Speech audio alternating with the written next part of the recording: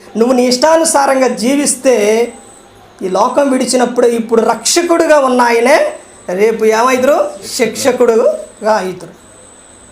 తల్లిదండ్రుల మాట విన్నంతసేపు బాగానే ఉంటుంది, వినకపోతే అప్పుడు శిక్ష అనేది వస్తుంది.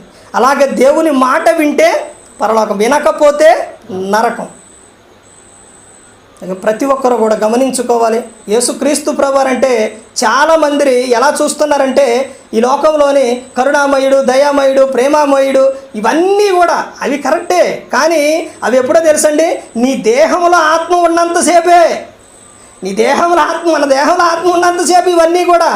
ఎప్పుడైతే ఈ దేహంలో నుంచి ఆత్మ బయటకు వస్తుందో అప్పుడు యోధా గోత్రపు సింహాన్ని అప్పుడు చూస్తారండి. ఆయన ప్రేమ చూపిస్తాడని చులకనగా తీసుకోకూడదు యేసుక్రీస్తు ప్రభువారిని. ఆయన మాట వినాలి, ఆయన మార్గంలో నడవాలి. అది ప్రతి ఒక్కరు కూడా తెలుసుకోవాలి. ప్రతి ఒక్కరికి తెలిసి చెప్పారు.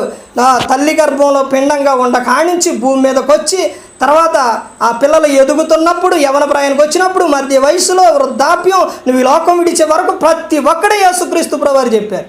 నువ్వు ఈ లోకం విడిచిన తర్వాత, ఆడికి వెళ్ళిన తర్వాత, ఇదిగో ప్రభువా నాకు ఈ విషయం తెలియలేదు ప్రభువా అనే ఆస్కారం అనేది లేదు. ప్రతి ఒక్కడే కూడా ఆయన తెలియపరిచారు. అందుకని యేసుక్రీస్తు ప్రభువారు లోకానికి వచ్చి మనందరి కోసం సిలువలో తన ప్రాణాన్ని పెట్టారు. ప్రతి ఒక్కరు కూడా పరలోకం చేరాలని, ప్రతి ఒక్కరు కూడా దేవుని యందు భయభక్తులు కలిగి పరిశుద్ధాత్మ మాట వింటూ హృదయశుద్ధిని కాపాడుకుంటూ క్రీస్తును పోలి నడుచుకున్నప్పుడు ఈ లోకం విడిచినప్పుడు పరలోకానికి చేరుకుంటాం. మరి ఈ విధంగా నిలబెట్టి మాట్లాడించిన తండ్రి అయిన దేవునికి కృతజ్ఞతాస్తుతులు చెల్లిస్తూ, ఎంతవరకు శ్రద్ధగా ఉన్న మీకు ప్రభు పేట నా హృదయపూర్వక వందనాలు చెల్లిస్తూ ఈ మాటలు ముగిస్తూ అందరికీ వందనాలు.